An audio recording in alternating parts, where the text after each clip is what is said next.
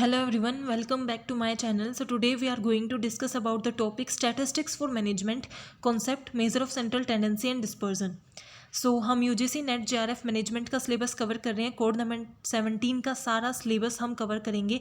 Right now we are completing unit 8 की हम unit 8 पे वर्क कर रहे हैं। ऑलरेडी 7 यूनिट हमने कर ली हैं। अगर आपने वो वीडियोस नहीं देखी हैं तो प्लेलिस्ट बनी हुई है, आप वहाँ से वीडियोस देख सकते हैं। सो आज जो टॉपिक हम डिस्कस करने वाले हैं वो यूनिट 8 का टॉपिक है, जो है स्टैटिस्टिक्स से रिलेटेड। स्टैटिस्टिक्स से रिलेटेड उसका क्या कॉन्सेप्ट होता है और सेंट्रल टेंडेंसी क्या है, आज हम वही डिस्कस करेंगे।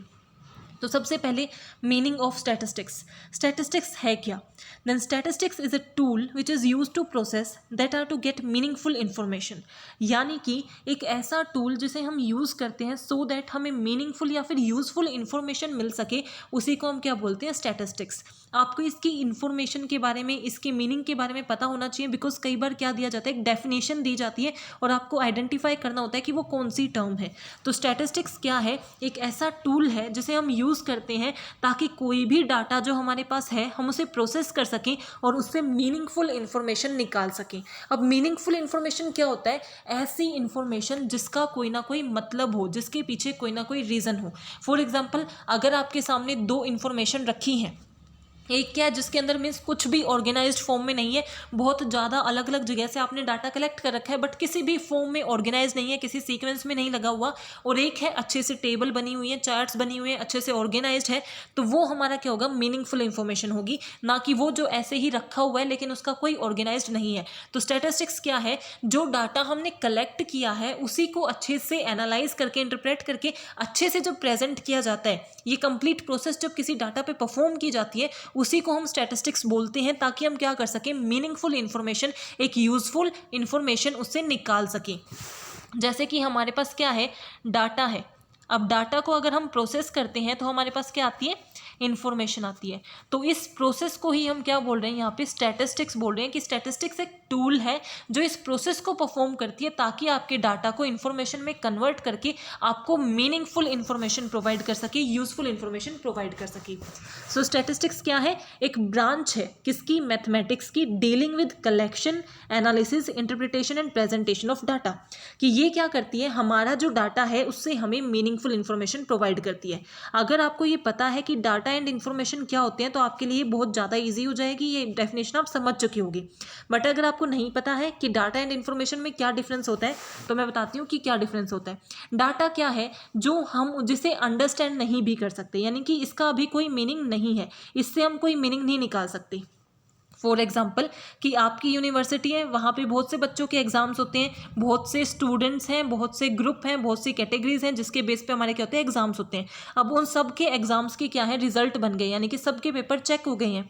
क्या वो हमारे लिए कुछ यूज़फुल है? पेपर चेक होने के बाद उनके नंबर आ गए हैं, ये यूज़फुल नहीं है।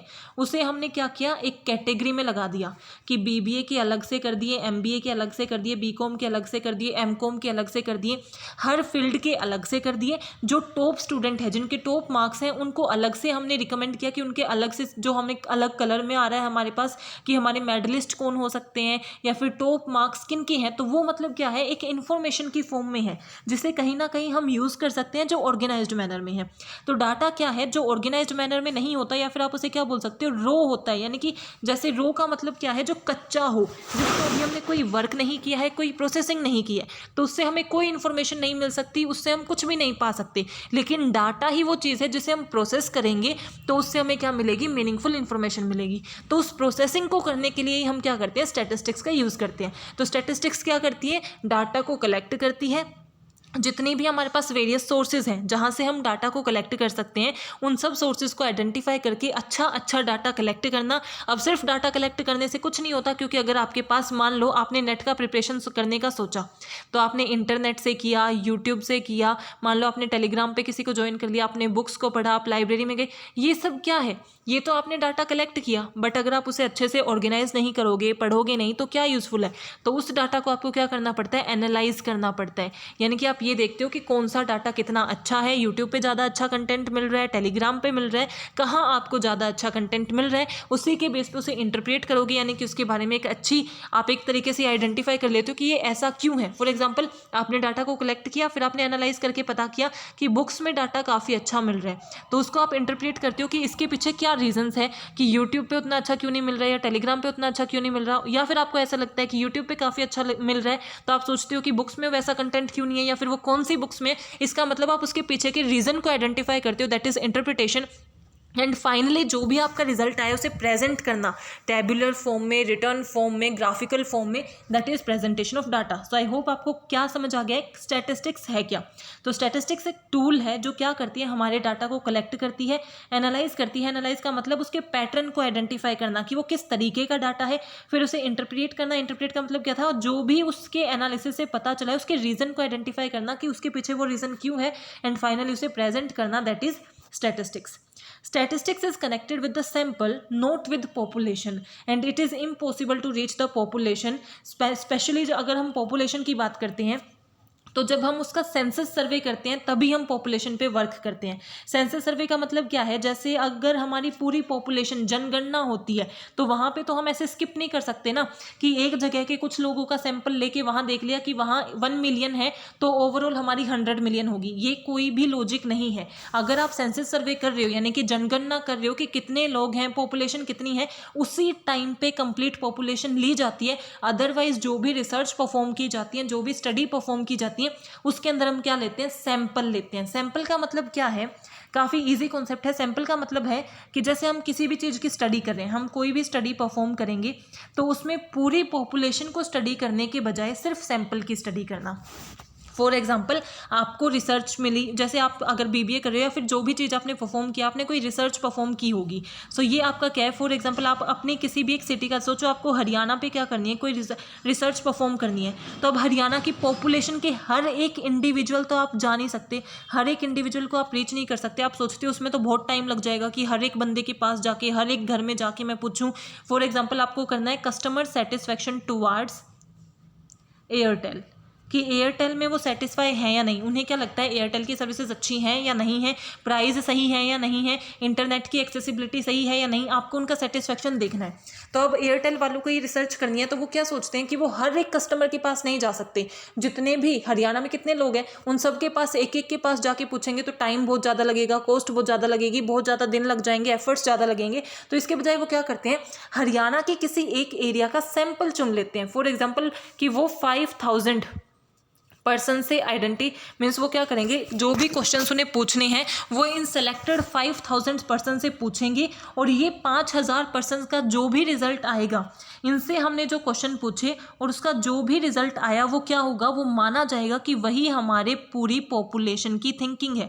अगर इन 5000 के से ये निकलता है कि हाँ भाई ये सेटिस्फाई है, इसका मतलब हमारी कंप्लीट पॉपुलेशन सेटिस्फाई है, कंप्लीट हरियाणा के पीपल सेटिस्फाई है, अदरवाइज वो डिससेटिस्फाइड है। तो सैंपल क्या होता है, सैंपल कुछ सेलेक्टेड पर्सन्स होते हैं जिनके ऊपर स्टडी की जाती है और वो स्टडी पूरी पॉपुलेशन को रिप्रेजेंट करती है। तो सैंपल क्या है, पॉपुलेशन का ही एक पार्ट है जिसके ऊपर स्टडी की गई है ताकि पूरी पॉपुलेशन के बारे में कोई भी अजम्पशंस बनाई जा सकें। एक चीज़ याद रखना कि सैंपल जो है वो दोनों तरीके से, ये हालांकि हम आगे डिस्कस करेंगे, बट वो क्या होता है कि अगर आपको अभी क्लैरिटी हो जाएगी, आपके माइंड में क्वेश्चंस ना हो, इसलिए बताती हूँ कि जो भी हमारा सैंपल होता है, यानी कि पॉपुलेशन है, पॉपुलेशन में मान लो कि 1000 पीपल हैं, उनमें से हम क्या कर रहे हैं, 100 का सैंपल सेलेक्ट कर रहे हैं, तो यहाँ जो 1000 लोग हैं उनमें से 100 को सेलेक्ट कर लेंगे और वो 100 ही इन 1000 को रिप्रेजेंट करेंगे, दैट इज सैंपल। और ये जो 100 लोग हमें सेलेक्ट करने होते हैं ना, ये रैंडम सैम्पलिंग भी हो सकती है और नॉन रैंडम सैम्पलिंग भी हो सकती है। रैंडम का मतलब इन 1000 में से किन्हीं भी 100 को पिक कर देना, अपनी मर्जी से एक एक का नाम लेना और किसी को भी पिक कर लेना, चिट उठाना किसी के नाम की। और नॉन रैंडम का मतलब क्या है, आप किसी को जानते हो, आपको लगता है कि ये ज़्यादा समझदार होगा, अपने परसेप्शन के अकॉर्डिंग किसी को चुनना, दैट इज नॉन रैंडम। जो आगे हम उसके बहुत से टाइप होते हैं, सब टाइप्स होते हैं, तो उन्हें हम अच्छे से डिस्कस करेंगे। बट यहाँ मुझे सिर्फ इतना बताना है कि हमारी जो स्टैटिस्टिक्स है ना, उसके अंदर हम सैंपल का यूज़ करते हैं, पूरी पॉपुलेशन का यूज़ नहीं करते। पॉपुलेशन के लिए जो होता है उसे हम बोलते हैं पैरामीटर, यानी कि पूरे पैरामीटर, हर एक पॉपुलेशन में जितने भी पर्सन हैं सबकी स्टडी होगी तो वो क्या होगा, पैरामीटर। सैंपल किस चीज़ के लिए होता है, स्टैटिस्टिक्स, यानी कि अगर हमें स्टैटिस्टिक्स परफॉर्म करनी है, स्टडी करनी है, तो उसके लिए हम सैंपल का यूज़ करते हैं। Now role and application of statistics, की एप्लीकेशन या रोल भी बोल सकते हो आप स्टैटिस्टिक्स की, कि वो कहाँ कहाँ यूज़ होती है। तो आप हर एरिया में, हर फील्ड में स्टैटिस्टिक्स को यूज़ करते हो, क्योंकि रिसर्च हर जगह परफॉर्म की जाती है। जैसे मैंने क्या बोला, स्टैटिस्टिक्स है क्या, किसी भी डाटा को कलेक्ट करना, उसको एनालाइज करना, प्रोसेस करना और उसके बारे में मीन्स उसका इंटरप्रिटेशन करके उसके प्रेजेंटेशन करना। तो आप खुद सोचो कि आप चाहे एजुकेशन में हो, चाहे आप हेल्थ केयर में हो, हर जगह रिसर्च परफॉर्म होती है, हर जगह किसी ना किसी क्वेश्चंस के आंसर्स ढूंढे जाते हैं। जैसे अगर कोई नई डिजीज़ आती है, फॉर एग्जांपल अगर हम कोविड-19 का एग्जांपल लें, तो कोविड-19 के लिए जो भी कैसे उसे क्योर किया जाएगा, क्या उसके लिए मेडिसिन हो सकती है, क्या चीज़ें हो सकती हैं, उन सब चीज़ों के लिए रिसर्च परफॉर्म की गई। तो स्टैटिस्टिक्स हर फील्ड में हमारे लिए यूज़फुल हो गई है, क्योंकि डाटा को हम हर बार, अगर हमारे पास डाटा है तो हमें उसे एनालाइज करना पड़ता है, प्रेजेंट करना पड़ता है। तो स्टैटिस्टिक्स हमें हर फील्ड में हेल्प करती है, चाहे वो कोई भी फील्ड हो। तो उसमें से कुछ हमारी क्या आती है, जैसे बिजनेस है, तो बिजनेस में हमारी किस चीज़ में हेल्प करेगी, कि हम कैसे, क्या कॉस्ट रखनी चाहिए, कितनी डिमांड होगी, क्या प्राइस रखने चाहिए, कितनी सेल्स होगी, इन सब की फोरकास्टिंग के लिए हम किसका यूज़ करते हैं, स्टैटिस्टिक्स का यूज़ करते हैं। क्योंकि अगर हमें क्या करना है, ये डिसाइड करना है कि हमारी फ्यूचर में कितनी डिमांड हो सकती है, सेल्स फोरकास्टिंग करनी है, डिमांड फोरकास्टिंग करनी है, कि जो नया प्रोडक्ट हम लेके आ रहे हैं फ्यूचर में उसकी कितनी डिमांड होगी। तो उस फोरकास्टिंग के लिए हम क्या करेंगे, डाटा कलेक्ट करेंगे, उसका एनालाइज करेंगे, देन जो प्रेजेंट करेंगे, जो सोल्यूशन आएगा, और उसी के बेस पे क्या होगी, फोरकास्टिंग होगी। तो बिजनेस में प्राइस को डिसाइड करने के लिए, सेल्स फोरकास्टिंग के लिए, डिमांड फोरकास्टिंग के लिए, कितनी कॉस्ट रखनी है, उन सब चीज़ों के लिए क्या की जाती है, स्टैटिस्टिक्स की जाती है। अब कॉस्ट के लिए कैसे की जाती है, कि फॉर एग्जांपल आप कोई प्रोडक्ट बना रहे हो, उसका कितना प्राइस रखना है, कितनी कॉस्ट आ रही है, वो आप कैसे करोगे, उसे बनाने में कितना सामान लगा है, उसके रिगार्डिंग डाटा सेलेक्ट करके, डाटा जितना भी आपके पास आएगा उसे एनालाइज करके, तभी तो आपको पता चलेगा ना कि कॉस्ट कितनी आई है। तो बिजनेस में यूज़ होता है, इकोनॉमिक्स में यूज़ होता है। इकोनॉमिक्स में कैसे यूज़ होता है, ये हमें हेल्प करता है फाइंड आउट करने में कि दो वेरिएबल्स के बीच में क्या रिलेशन है। जैसे डिमांड एंड सप्लाई है, उनके बीच में क्या रिलेशन है, डिमांड और प्राइस है, उनके बीच में क्या रिलेशन है, सप्लाई है और प्राइस है, इनके बीच में क्या रिलेशंस है। तो जो डिफरेंट हमारे वेरिएबल्स होते हैं, उनके बीच में रिलेशनशिप को आइडेंटिफाई करने के लिए, कि उनके बीच में पॉजिटिव रिलेशन है, नेगेटिव रिलेशन है, उन सबको आइडेंटिफाई करने के लिए भी हम किसका यूज़ करते हैं, स्टैट का यूज़ करते हैं।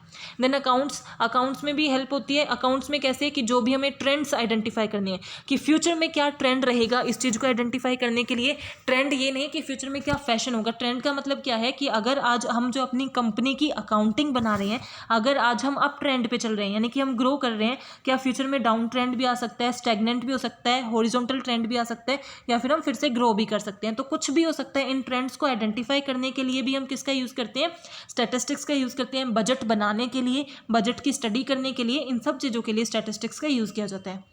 रिसर्च में देखो, रिसर्च तो पार्ट ही स्टैटिस्टिक्स का है, क्योंकि रिसर्च तो परफॉर्म ही नहीं की जा सकती स्टैटिस्टिक्स के बिना। रिसर्च का मतलब ही क्या होता है, किसी भी चीज़ के रिगार्डिंग रिसर्च, अगर कहीं वर्ड आ गया तो उसका सिंपल मतलब है किसी पे डिटेल्ड स्टडी करना, उस चीज़ के बारे में इनफ इंफॉर्मेशन कलेक्ट करना, एनालाइज करना और एक पर्टिकुलर क्वेश्चन का आंसर प्रोवाइड करना। तो रिसर्च तो बिना स्टैटिस्टिक्स के हो ही नहीं सकती। स्टैटिस्टिक्स के थ्रू ही हम हाइपोथेसिस बनाते हैं, उसकी टेस्टिंग करते हैं, उसे एनालाइज करते हैं। तो रिसर्च तो हमारी क्या है, एक पार्ट ही है हमारी स्टैटिस्टिक्स का। देन गवर्नमेंट भी हमारी स्टैटिस्टिक्स को यूज़ करती है। यूज़ कैसे करती है, अब तो गवर्नमेंट मीन्स ऑनलाइन भी डाटा प्रोवाइड करने लगी है। अगर आप गवर्नमेंट की साइट्स पे जाओगे तो आप देखोगे कि उनका बजट बना हुआ होता है, उनको वेजेस डिटरमाइन करनी होती है कि मिनिमम वेज कितनी है, कॉस्ट ऑफ लिविंग वो डिटरमाइन करते हैं कि किस एरिया पे कितनी कॉस्ट ऑफ लिविंग है, हर प्राइस को डिसाइड करना, मिनिमम फ्लोर प्राइस डिसाइड करते हैं, रूफ प्राइस डिसाइड करते हैं। तो गवर्नमेंट इन सब चीज़ों को, यानी कि सारी चीज़ें डिसाइड करने के लिए, पॉपुलेशन को स्टडी करने के लिए कि कितनी पॉपुलेशन है, इन सब चीज़ों के लिए क्या करती है, स्टैटिस्टिक्स का यूज़ करती है। देन मैथमेटिक्स की हमने जब मीनिंग किया था स्टैटिस्टिक्स का, तभी हमने पढ़ लिया था कि स्टैटिस्टिक्स क्या है, मैथमेटिक्स की एक ब्रांच है। तो ऑब्वियसली इसका मतलब क्या है कि हमें मैथमेटिक्स में भी हेल्प करती है, ताकि हम ज़्यादा एक्यूरेट और प्रिसाइज आंसर दे सकें। प्रिसाइज का मतलब कि बहुत अप्रोक्सीमेट की बजाय बहुत अच्छे और एक्यूरेट आंसर दे सके, कि अगर 10% बता रहे हैं तो वो 10% ही हो, या नहीं उसके बहुत आसपास हो। ऐसा नहीं है कि हम एक रफ गेस कर रहे हैं, तो हम अच्छी उसके थ्रू मेजरमेंट कर सकते हैं। बैंकिंग में कैसे, कि बैंकिंग के थ्रू हम अपना interest rate, landing rate, profit estimation, ये सब स्टैटिस्टिक्स के थ्रू कर सकते हैं। फिजिक्स में किस चीज़ के लिए यूज़ होता है, कि दो ऑब्जेक्ट हैं स्पेस में, कोई भी दो ऑब्जेक्ट हैं, दो प्लैनेट हैं, उनके बीच में कितना डिफरेंस है, डिस्टेंस को आइडेंटिफाई करने के लिए, स्पीड को आइडेंटिफाई करने के लिए, लाइट की स्पीड की स्टडी करने के लिए, इन सब चीज़ों के लिए हम क्या करते हैं, स्टैटिस्टिक्स का यूज़ करते हैं।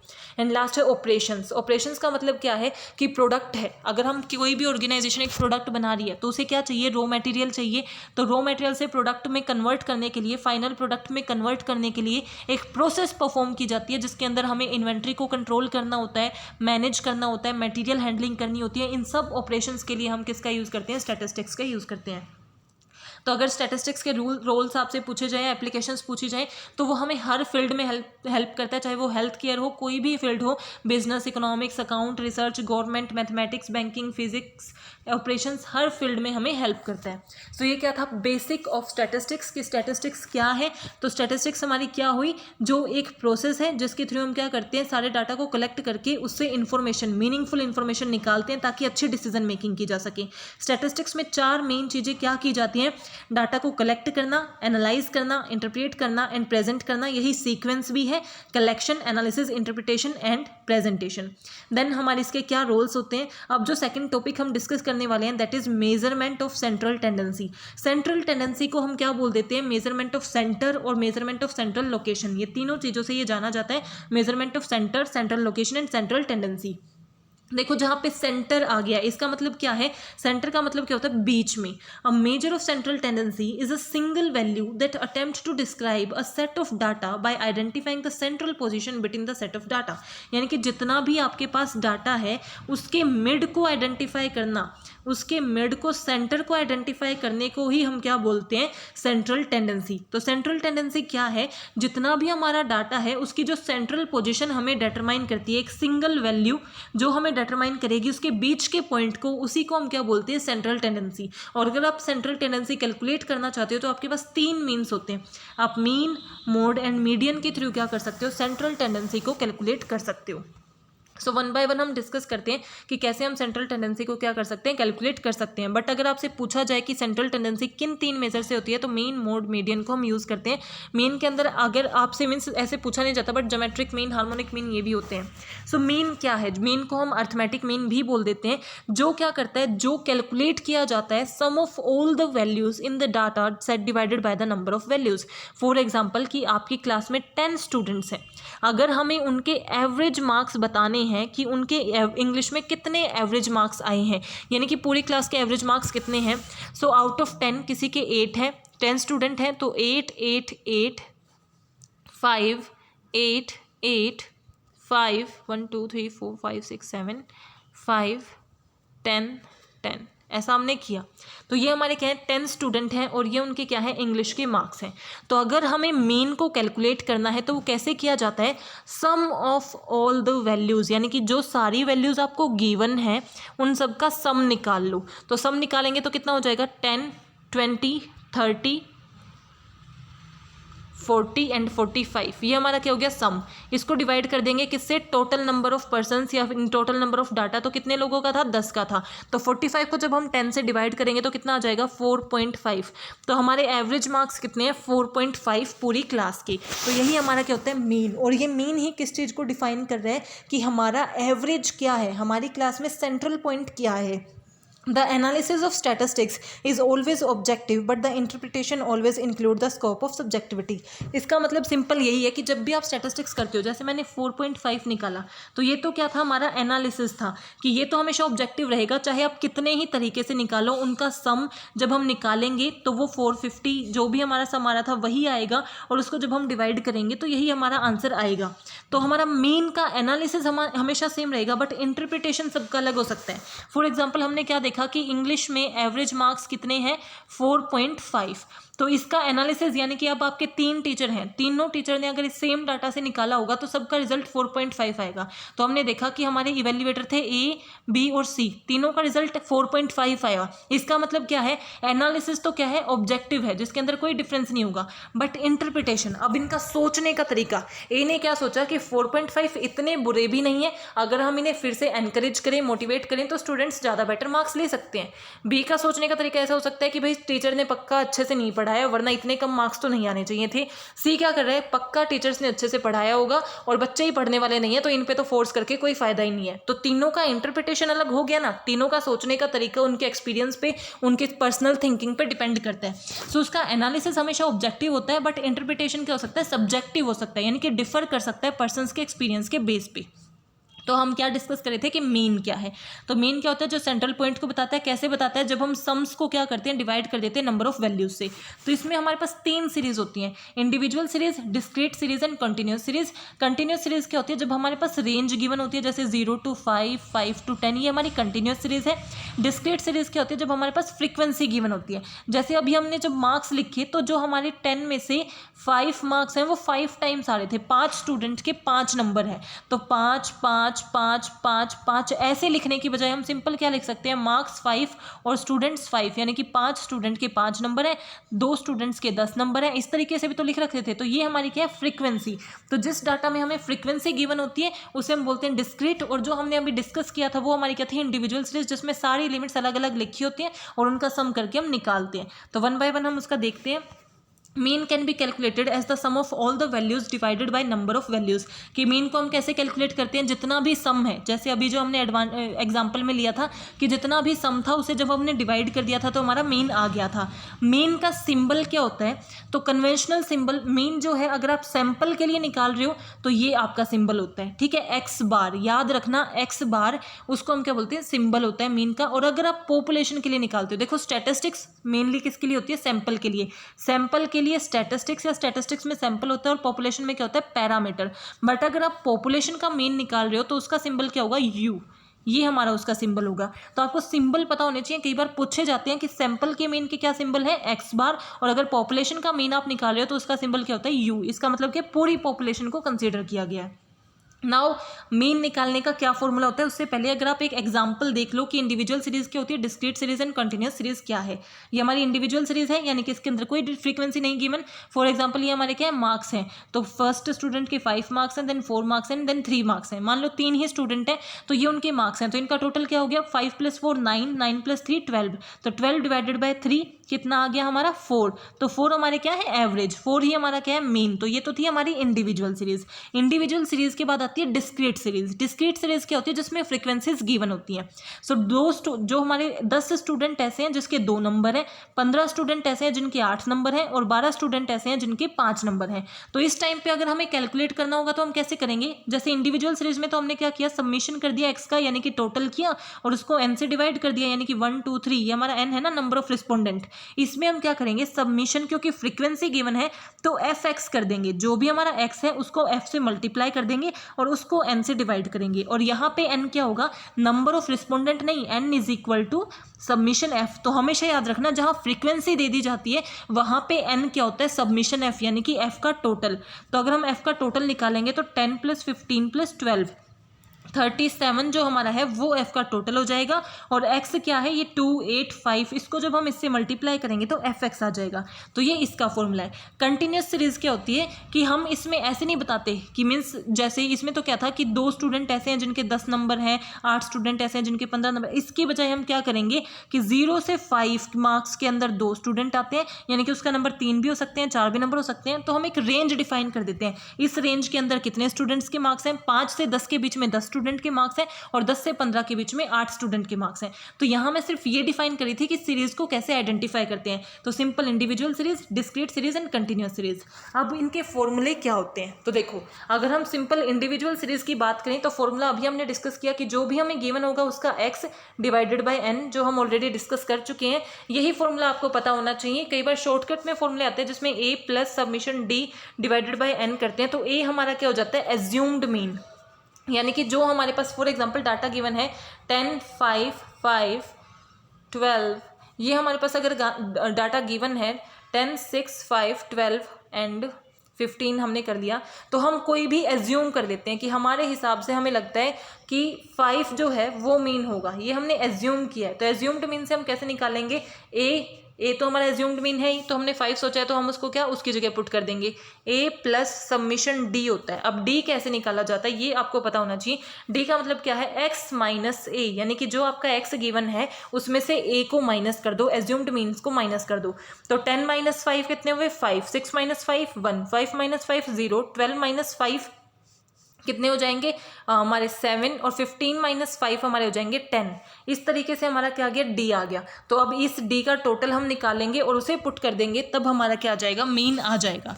तो मीन आपको पता होना चाहिए कि अगर इंडिविजुअल सीरीज है तो सिंपल फॉर्मूला आपको पता होना चाहिए, क्योंकि शॉर्टकट नहीं पूछा जाता है, सिंपल पूछा जाता है। तो सिंपल फॉर्मूला क्या है कि एक्स का सम निकाल के उसको n से डिवाइड करना होता है। अगर शॉर्टकट है तो उसमें क्या होता है, हम एक एज्यूम्ड मीन मान लेते हैं, फिर समीशन डी हमारा क्या होता है, जो x माइनस ए करके निकलता है, और डिवाइडेड बाय n वही रहेगा नंबर ऑफ रिस्पोंडेंट, क्योंकि यहाँ तो हमें कोई फ्रीक्वेंसी गिवन ही नहीं है। अब हमारी आती है डिस्क्रीट सीरीज। तो डिस्क्रीट सीरीज में हमें क्या होती है, फ्रीक्वेंसी गिवन होती है। तो वहाँ पर हमने फॉर्मूला क्या लिया था, अगर इंडिविजुअल सीरीज थी तो हमारा क्या था, summation x divided by n।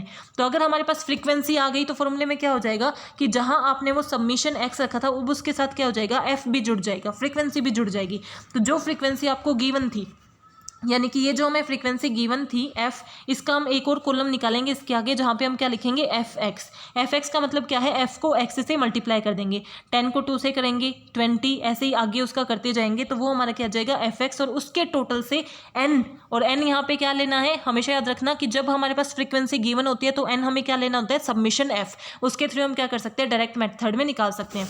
इसका भी शॉर्टकट सेम होता है कि इसमें फिर से एक एज्यूम्ड मीन ढूंढ लेना, और एज्यूम्ड मीन को हम क्या कर रहे थे, अगर हम नॉर्मल में कर रहे थे तो सिर्फ डी ले रहे थे, तो यहाँ हमें फ्रीक्वेंसी होती है तो डी को किससे मल्टीप्लाई करना पड़ेगा, एफ से भी मल्टीप्लाई करना पड़ेगा, और डिवाइडेड बाय एफ। इस तरीके से भी आप निकाल सकते हो। ये हमारा क्या है, जब डिस्क्रीट सीरीज हो। देखो एक चीज़ है, बहुत सिंपल होते हैं कि अगर इंडिविजुअल है तो सिर्फ जो टोटल है सम है उनका, उससे उसको एन से डिवाइड कर दो। अब डिस्क्रीट आ गई तो इसका मतलब फ्रीक्वेंसी हो गई, तो फ्रीक्वेंसी दी है तो हर जगह फ्रीक्वेंसी को ऐड कर दो। एन में अब क्या हो जाएगा, फ्रीक्वेंसी आ जाएगी बजाय टोटल के, और एक्स समीशन एक्स की जगह अब क्या हो जाएगा, समीशन एफ एक्स, क्योंकि हमें क्या गिवन है, फ्रीक्वेंसी गिवन है। फाइनल हमारा क्या होता है, कंटिन्यूस सीरीज। तो कंटिन्यूस सीरीज का भी फॉर्मूला क्या होता है, summation F M divided by N. यहाँ भी एन हमारा क्या होता है, फ्रीक्वेंसी ही होती है, क्योंकि इसमें भी हमें फ्रीक्वेंसी गिवन होती है, बिकॉज हमारे यहाँ ही एफ आया हुआ है। बट इसमें एम क्या होता है, अब एम अगर आपको क्लियर हो गया तो सब कुछ, क्योंकि इसमें हमें एक्स गिवन नहीं होता। अब देखो जो एक्स गिवन है वो तो ऐसे गिवन है 0 to 5, तो अगर आपको इसे फ्रीक्वेंसी से मल्टीप्लाई करना है तो आप किस चीज़ से मल्टीप्लाई करोगे, 1 से करोगे, 2 से, 3 से, 4 से, 5 से, क्योंकि आपके पास तो 5 रेंज गिवन है।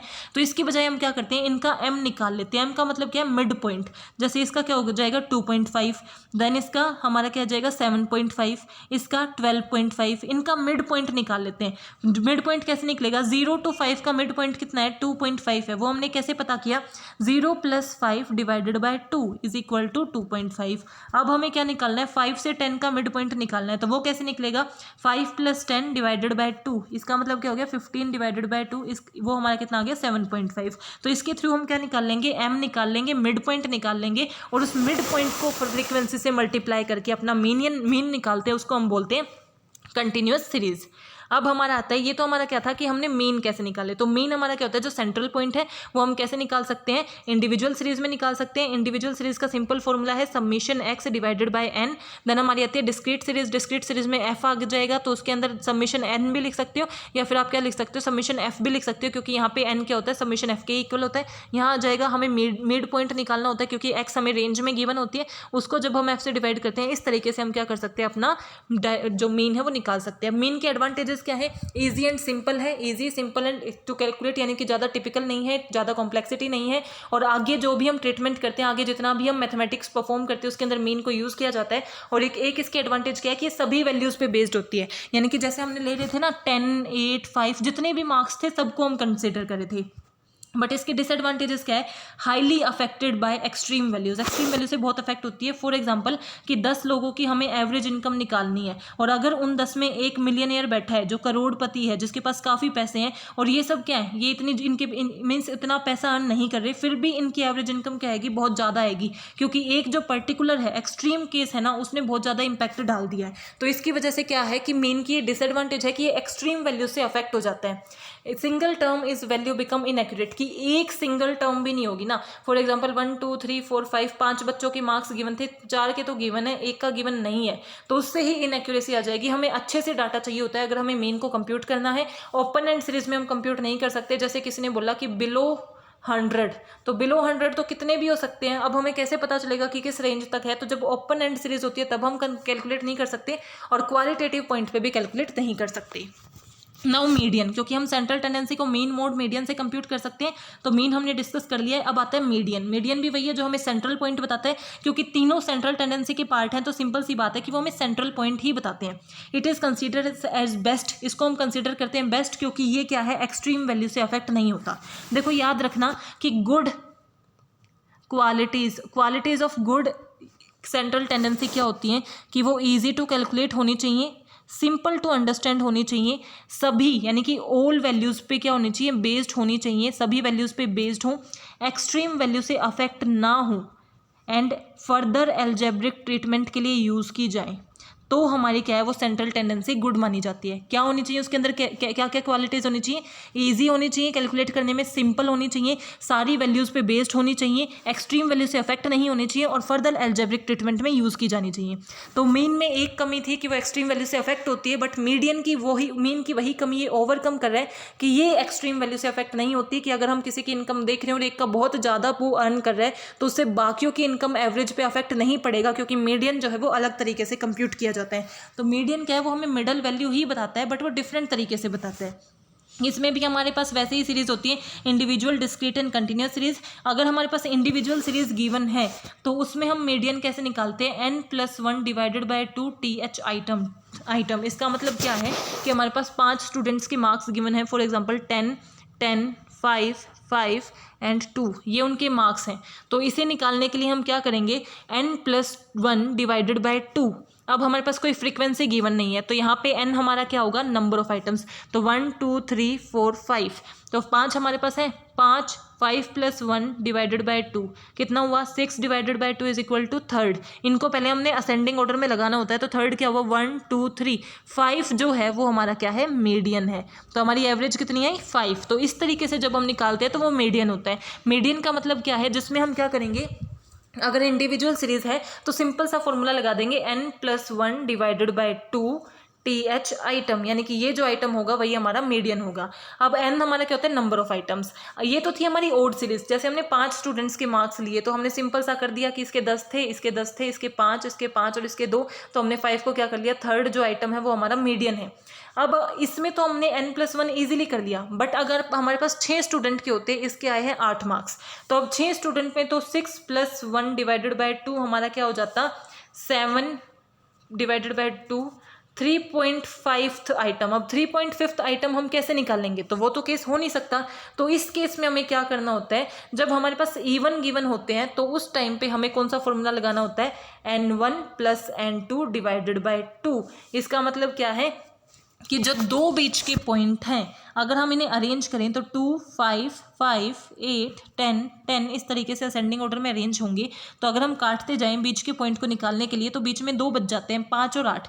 तो 5 और 8 को प्लस करेंगे और उसको 2 से डिवाइड कर देंगे, तो 8 9 10 11 12 13 13 को जब हमने 2 से डिवाइड किया तो हमारे पास कितना आया, 6.5 हमारा क्या है, मीडियन है। तो उसे मीडियन में निकालने के लिए हम क्या करेंगे, n1 + n2 यानी कि दो जो बीच के आइटम्स है उसे 2 से डिवाइड कर देंगे और हमारा मीडियन हमारे पास आ जाएगा। तो काफ़ी ईजी है कि अगर ओड में गिवन है इंडिविजुअल सीरीज में तो simple n+1 divided by 2 TH item, और इसमें हमारा सिंपल n1 n2 यानी कि जो दो बीच की लिमिट है उनको 2 से डिवाइड करके आ जाएगा। एक चीज़ याद रखना, जब O होता है तो TH लग जाता है यानी कि वो वाली टर्म, बट इसमें सीधा हमारा मीडियन आ जाता है। नाउ अगर डिस्क्रीट सीरीज़ है तो डिस्क्रीट सीरीज़ में क्या करेंगे, पहले हमेशा याद रखना कि मीडियन में हमें सबसे पहले उन्हें अरेंज करना होता है, तभी हम बीच का निकाल सकेंगे ना, कि हमें जो भी डाटा गिवन है उसे असेंडिंग या डिसेंडिंग ऑर्डर में अरेंज करना होता है। तो अगर हमारे पास डिस्क्रीट सीरीज़ है जिसमें फ्रीक्वेंसी भी गिवन है तो उसके स्टेप्स क्या होते हैं कि सबसे पहले उन्हें अरेंज करो, देन क्यूमुलेटिव फ्रीक्वेंसी निकालो, यानी कि जैसे ये फ्रीक्वेंसी आपको गिवन होती है तो क्यूमुलेटिव फ्रीक्वेंसी क्या है, इनका टोटल होती जाती है, पहले का वैसा, देन इसको सेकंड के साथ टोटल, थर्ड के साथ टोटल, ऐसे करके हम क्यूमुलेटिव फ्रीक्वेंसी निकालते हैं। Then find the middle value by n+1 divided by 2।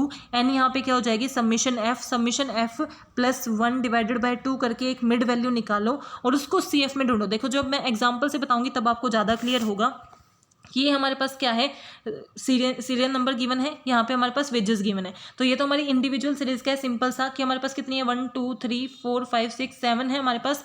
तो हमारे इंडिविजुअल सीरीज का फॉर्मूला क्या होता था, n+1 divided by 2 TH item. तो क्या कितने हैं, n कितना है 7, तो 7+1 डिवाइडेड बाई 2 कितना हो गया, 4th आइटम। तो 1 2 3 4 ये हमारा क्या हो गया, मीडियन हो गया।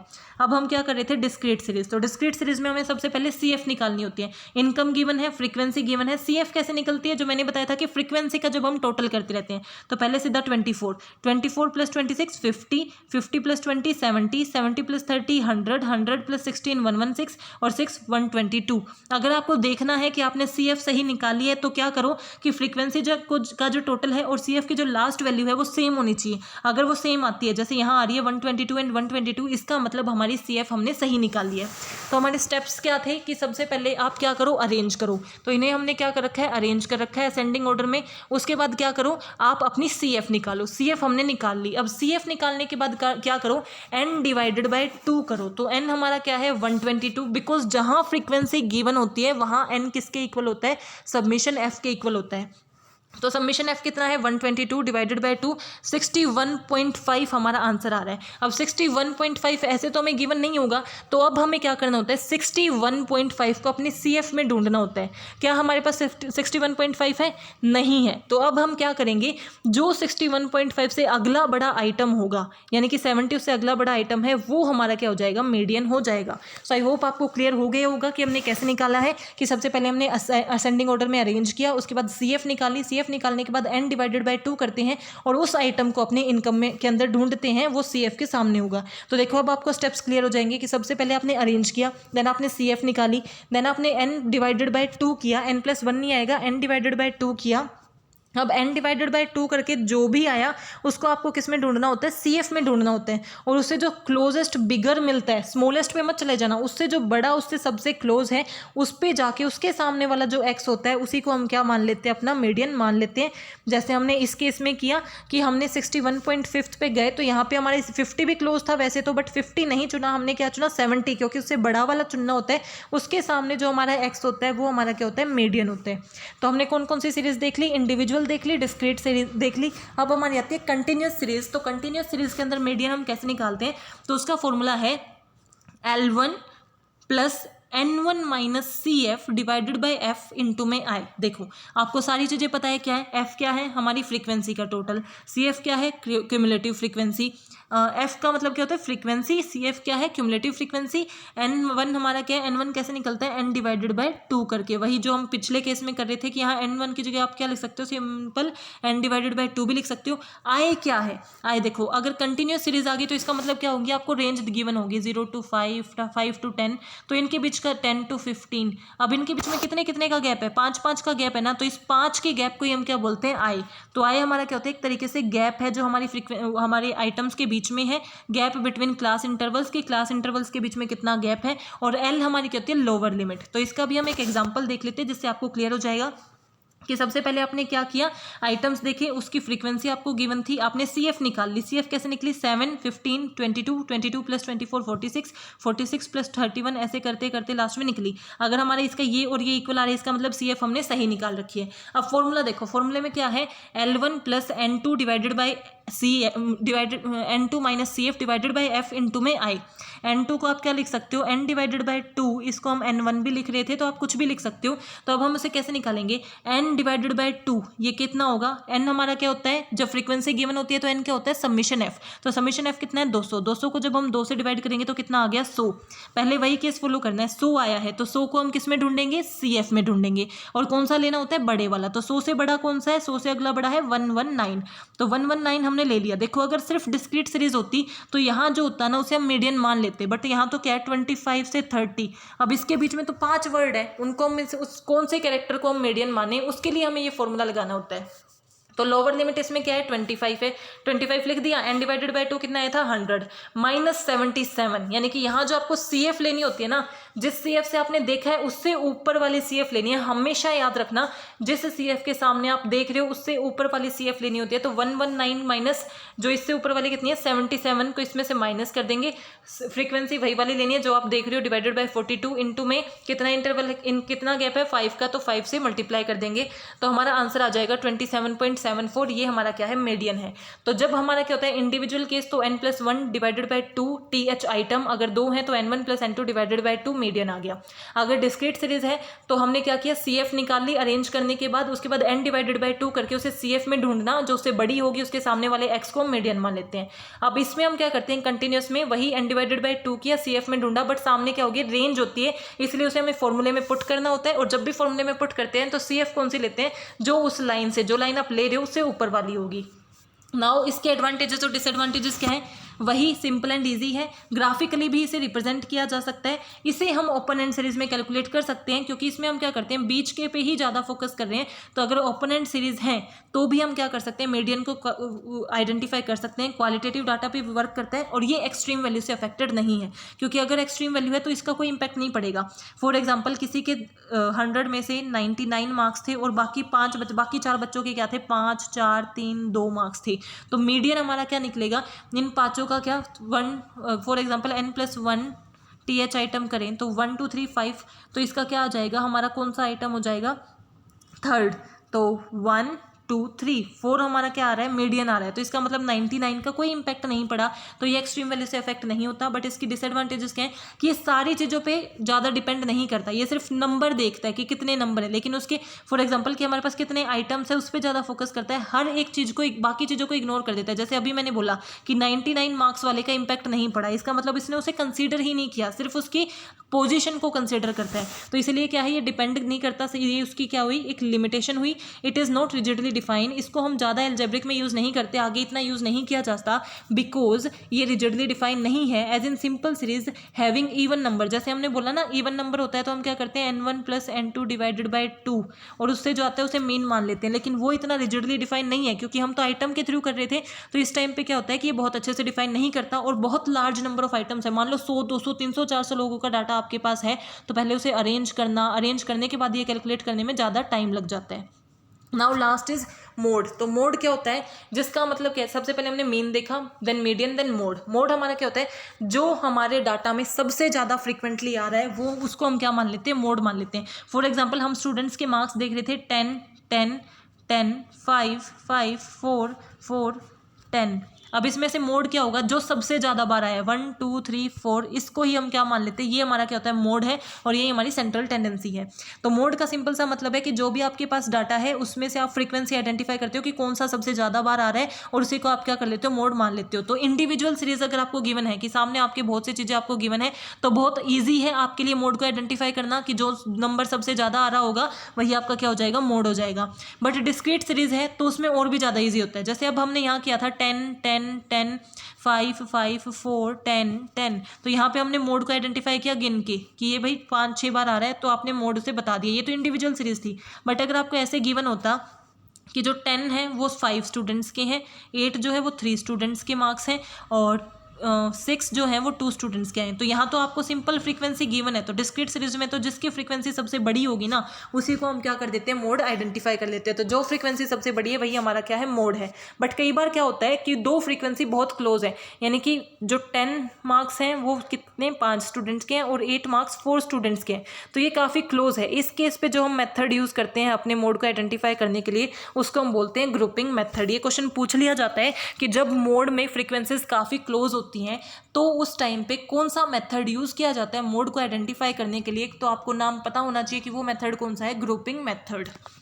नाउ फाइनल जो कॉन्टिन्यूस सीरीज होती है, बिकॉज इंडिविजुअल सीरीज में क्या है, सिंपल कंप्यूट करके, देन इंडिविजुअल के बाद हमने क्या किया, डिस्क्रीट में फ्रीक्वेंसी जिसकी सबसे बड़ी होगी वो मोड है, और हमारा लास्ट क्या होता है, कंटिन्यूस में हमें क्या फॉर्मूला लगाना है, L1 + F1 - F0 2f1 minus f0 minus f2 into में आए। तो इसका स्टेप्स क्या होते हैं कि सबसे पहले हमें क्या देखनी होती है, हाईएस्ट वैल्यू देखो फ्रीक्वेंसी में किसकी कौन सी वैल्यू हाईएस्ट है, उसी के बेस पे आप वर्क करते हो। अब हाईएस्ट वैल्यू देखने के बाद हम क्या करेंगे, L is the lower limit. L हमारी क्या है, जो लोअर लिमिट जैसे 25 से 30 के बीच में आए तो ये हमारी क्या होती है, लोअर लिमिट होती है। f1 f0 f2, इसका सिंपल सा मतलब क्या है कि जैसे फॉर एग्जांपल आपको क्लास इंटरवल गिवन है 0 to 5, 5 to 10, 10 to 15 and 15 to 20। ये मार्क्स और ये स्टूडेंट्स के गिवन है कि ये 10 बच्चों के हैं, ये 12 बच्चों के हैं, ये 15 बच्चों के हैं और ये 8 बच्चों के हैं। ये इस तरीके से गिवन है। तो इस टाइम पे हमें क्या करना होता है, इसमें सबसे पहले ये देखो कि सबसे बड़ी फ्रीक्वेंसी कौन सी है। फॉर एग्जांपल ये हमने 15 देखे, तो ये 15 हमारी क्या हो गई, सबसे बड़ी फ्रीक्वेंसी हो गई। तो ये हमारे क्या हो गया, एफ से ऊपर वाली हमारी क्या होती है f0 और नीचे वाली हमारी क्या होती है f1।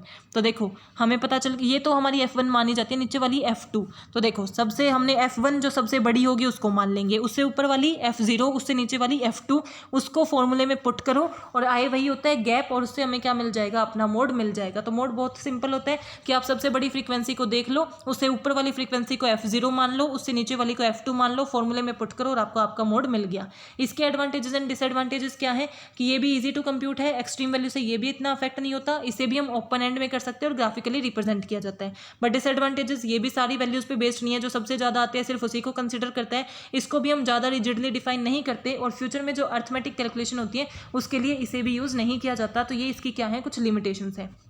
अब एक चीज़ आपको जो पता होनी चाहिए वो पूछ ली जाती है कि क्या रिलेशंस है मीन, मोड एंड मीडियन के बीच में।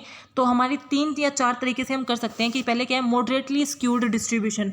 मॉडरेटली स्क्यूड डिस्ट्रीब्यूशन का मतलब क्या है कि mode is equal to 3 median minus 2 mean. आपको ये पता होना चाहिए कि मोड किसके इक्वल होता है, तो mode is equal to 3 median minus 2 mean. Repeat करो, mode is equal to 3 median minus 2 mean, यानी कि जो आपका मीडियन है उसका 3 टाइम्स और मीन का 2 टाइम्स से जब माइनस करते हैं तो हमारा मोड आ जाता है। सिमेट्रिक डिस्ट्रीब्यूशन अगर है तो उसमें क्या मतलब है, इसका नाम याद रखना कि सिमेट्रिक डिस्ट्रीब्यूशन है तो mean is equal to mode is equal to median. अगर सिमेट्रिक नहीं है, असिमेट्रिक है, तो असिमेट्रिक में कैसे हो सकता है, पॉजिटिवली भी हो सकता है और नेगेटिवली भी हो सकता है। अगर नेगेटिवली हो सकता है तो मोड सबसे बड़ा, उससे छोटा मीडियन और सबसे छोटा मीन, बट पॉजिटिवली में मीन सबसे बड़ा, मीडियन उससे छोटा और मोड सबसे छोटा। तो इसको आपको पता होना चाहिए कि अगर मॉडरेटली स्क्यूड है तो mode is equal to 3 median minus 2 mean. Symmetric है तो तीनों इक्वल होंगे। अगर असिमेट्रिक है तो पॉजिटिवली स्क्यूड हो सकता है, पॉजिटिव में क्या होगा, मीन सबसे बड़ा होगा और उसके बाद median and then mode. Negative में मोड सबसे बड़ा होगा, देन मीडियन और फिर mean. So I hope you are clear with this topic. If you have any doubt, please mention in comment section. Thank you. Keep supporting.